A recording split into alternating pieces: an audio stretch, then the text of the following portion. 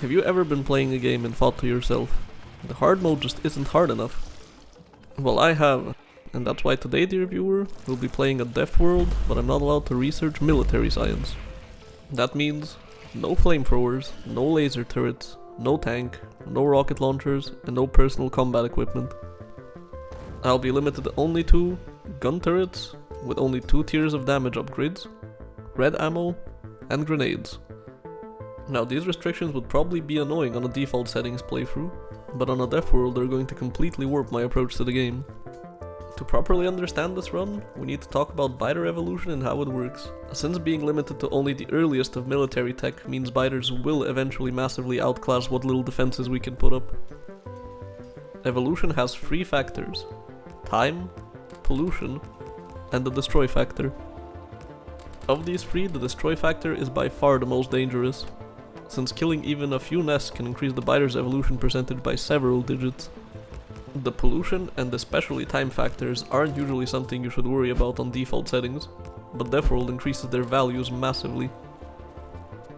So this run is going to be simultaneously a race against the clock and also a challenge of minimizing our pollution output.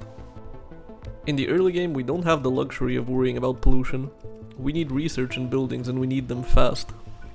That means the biters will be sending out massive attacks and we're just gonna have to deal with that. And here's the first of those attacks. Right now I'm regretting not making a machine gun already, but thanks to the fishing trip we did at the start, we'll be just fine. I'd like to bring your attention to the research that's currently going. I had never done this before, but I think you'll be surprised just how overpowered rushing heavy armor makes you in the early game. Now let's get rid of these very polluting burner miners and move on to our furnace stacks. Since we want to minimize pollution, that means we don't want to let biters destroy any of our buildings, since that would mean extra production to replace them. And since the player, equipped with a small market's worth of fish, is the most durable thing we have access to, that means it's in our best interest to intercept the biter attacks before they ever reach the base. Because this is a run where time is of the essence, I don't want to have to do a massive base redesign. That's right, in this run we won't have a starter base. This is going to be the base that's gonna launch our rocket. So building off to the side like this will give us just enough leftover space to spaghetti and extra resources later. And now let me show you just how strong heavy armor makes you against small biters. Yep. For now in the early game, as long as we don't run out of ammo or fish, we're pretty much unkillable. That doesn't mean I can just relax though. The biters will chew through the entire base in seconds if not intercepted. And if that happens, it might set us back so much that the run becomes undoable. Due to the restrictions on our firepower, it's impossible to win the arms race long term. The only thing we can do is keep pace with the biters and get off this planet as fast as possible. If we reach big biters and spitters, our defenses won't be able to hold and eventually we'll be overrun and die. And to the surprise of absolutely no one, this much ammo and building production needs more iron. Can't forget to automate the gun turrets. Here's a tip. With the right attitude, anything can be a wall. The sky is the limit. And I need more power. And since boilers are one of the most polluting buildings we have, this area is very likely to be attacked heavily. It's also much too far from the base to intercept attacks. So it's time for some turrets surrounded by pipes to serve as makeshift walls. Also, let's grab an extra belt of coal for grenades and plastic later. And here I get caught unprepared by the biters. Luckily they play nice and go for me instead of eating my entire factory. Good thing we put those gun turrets down here earlier. Imagine what a wave like this would have done to our poor boilers. Now that we're decently stabilized, it's time to make some science. And remember, we're trying to keep pollution to a minimum, so even this few assemblers will do the job. But just look at the size of this attack wave.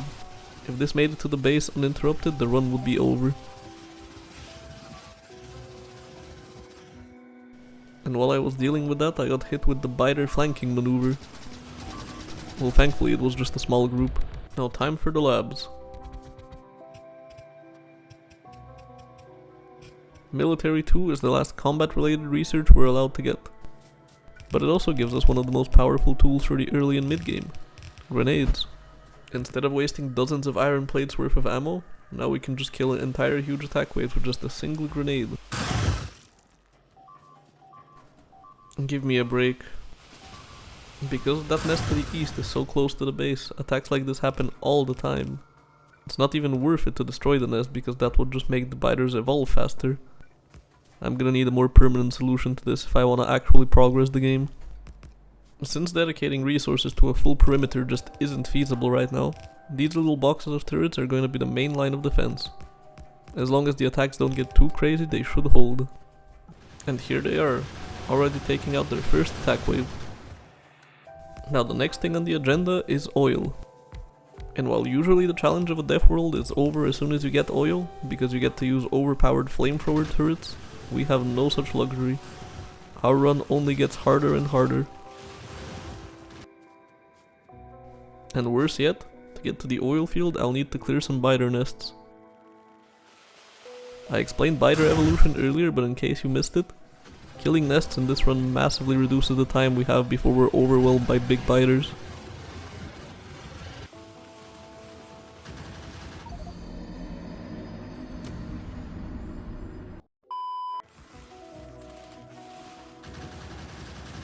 But there's no use complaining about something that has to be done. And with our oil secured, it's time to head back to the base. Just because we don't get flamethrowers doesn't mean this oil won't do us any good.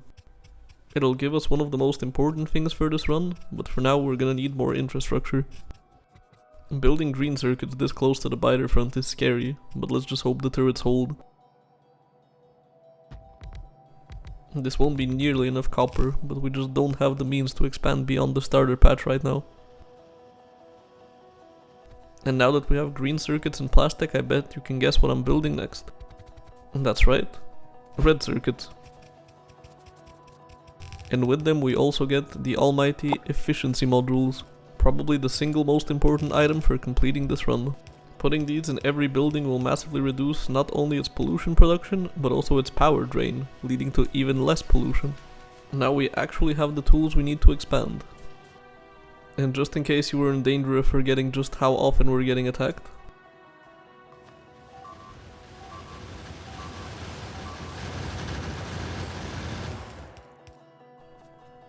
before we get to blue science, we'll need more iron.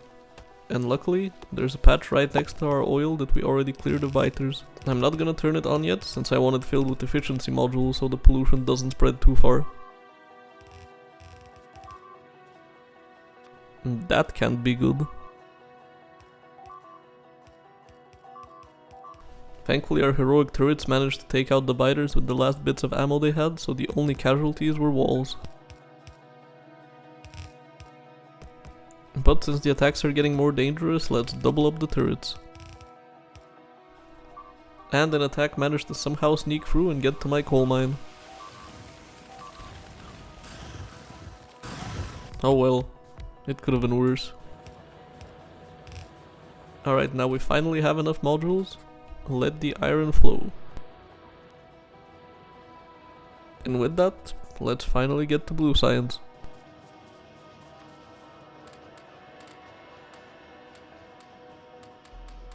And of course, the first thing to do is switch over to advanced oil processing.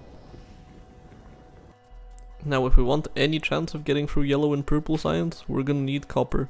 There's a mine by this forest over here, and it's important because this is gonna be the last resource patch we get for the entire run. Yes, I am serious. And it's a good thing we got all our resources already, because the waves are starting to be filled with more and more medium biters, which are much harder to kill with yellow ammo. Now it might not seem like it, but we actually have all the resources we need to eventually launch a rocket. But that doesn't mean we're out of the woods just yet. Currently we're sitting at around 35% biter evolution, and getting all the infrastructure we'll need for yellow and purple science will massively increase our pollution production. Big biters and spitters start spawning at 50% evolution, and they will absolutely eat through our limited defenses. And if that happens, there is no coming back. We can't just rebuild, the run will be over. And so when we start building, it'll be a non-stop rush to the rocket while staying on top of our defenses. Well, what are we waiting for?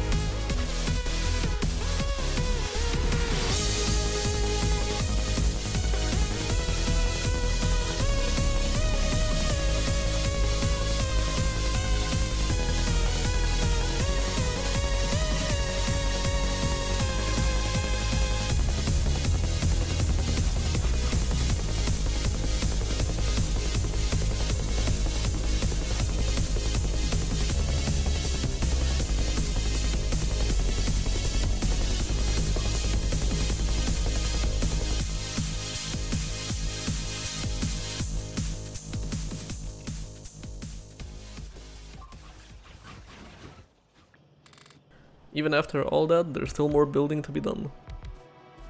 You can see on the left there just how little iron is coming in from the first smelters.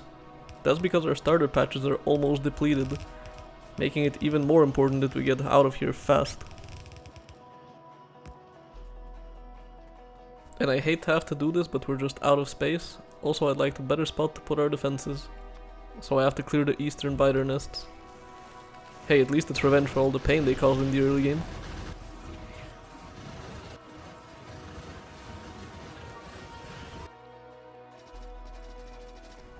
Now with them gone, we get access to these really good choke points by the cliffs.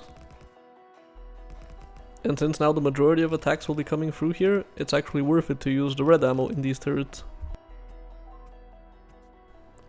It's funny because with a choke like this, usually all you need is one flamethrower, but instead we have to use like 20 gun turrets. Oh, and I have automated robots, but mostly just for the frames we'll need in yellow science. Robots cause massive jumps in power demand that we just simply can't sustain with our 30 megawatt of supply. But come on, you can't have a Factorio video without seeing a bot swarm fly out at least once. Now it's time to stop procrastinating and get to work on science. Making productivity modules almost feels wrong in this run. And then the boiler turrets ran out of ammo again.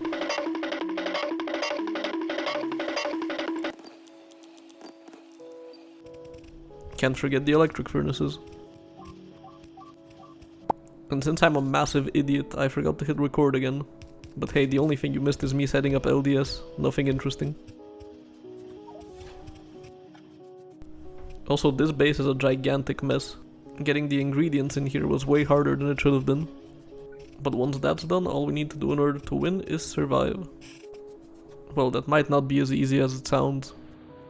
I need to make sure the resources keep flowing, so more turrets on the mines it is. And this might be obvious, but this base kinda sucks. So there's like a million bottlenecks that I can only somewhat try to fix. Since we're gonna be waiting for research anyway, we might as well start stockpiling the rocket silo ingredients. And now that the base is producing the most pollution it ever has, and big biters are only a few evolution percentages away, it's time to take our gun turret only defense to its final form.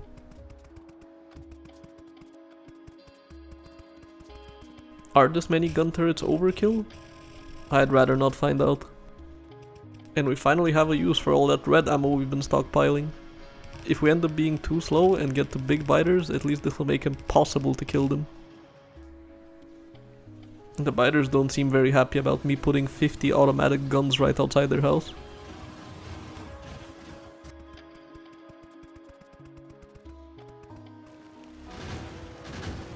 You can never have enough gun turrets.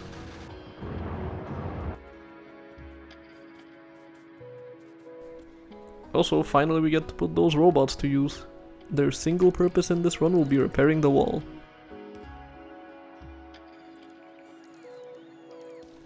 We don't want to keep making ammo we don't need, so we plug the belt back in at the start with an input priority splitter.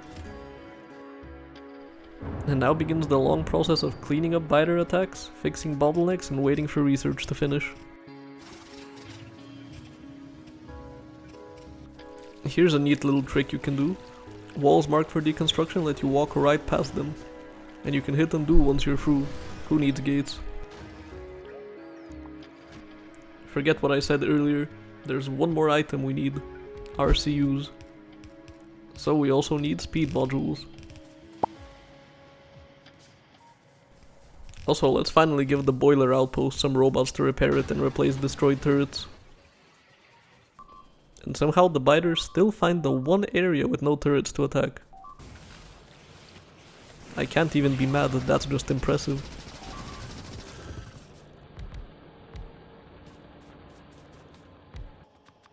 And there's the first big biter of the run. Thankfully, I think we're close enough to the end to make it through before they become a problem. Also, here's some big spitters as well.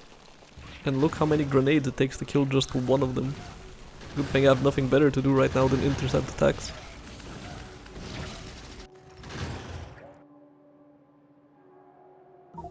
Finally, the rocket silo research is ready. The base is too much of a mess to actually route the ingredients here, so hand feeding into chests it is. Never forget to handcraft your 4 tier 3 productivity modules for the silo. And with nothing left to do but wait and trust in my walls to keep me safe, let's have a little chat about the run. Now you might think this seemed to go down pretty smooth, but it took more retries than I care to admit. I would either go around clearing nests that are being a problem and end up accelerating evolution way past what I can handle, or overbuild and end up needing more power and more resources and creating way too much pollution. Or just be too slow and eventually get overrun by waves of big biters. Finding the right balance of speed and minimalism took quite a while, but that wasn't even the only problem. Needing to go fast in the early game pre-efficiency modules makes the biter attacks go absolutely mental way before you're ready to defend against them. I tried several times to get gun turrets and enough ammo faster, but it always ended up being too late. In the end, I realized it was pointless. And that's when I changed my approach to rushing steel for heavy armor and just face tanking the attacks until my base was big enough to actually support automated defenses. There was a very bizarre difficulty curve in this challenge, where the start would be very hard, then when you get efficiency modules it would get much easier, just to spike back up to very hard again when you get enough production going to get even a trickle of yellow and purple science. Speaking of efficiency modules, I used to think they're just a nice thing to put in your remote mining outpost to reduce how many attacks they get. But after this run, I'm convinced they're actually overpowered. This whole base, making every science pack and enough ammo to make an American Walmart blush, is powered by something like 30 steam engines. That's just ridiculous. Overall, I would say this run was a fun change up from the usual way I play Factorio. Now and would you look at that, our rocket is ready. And what else would I choose to bring with us off this planet than the hero who's been keeping us safe this whole time? The humble gun turret.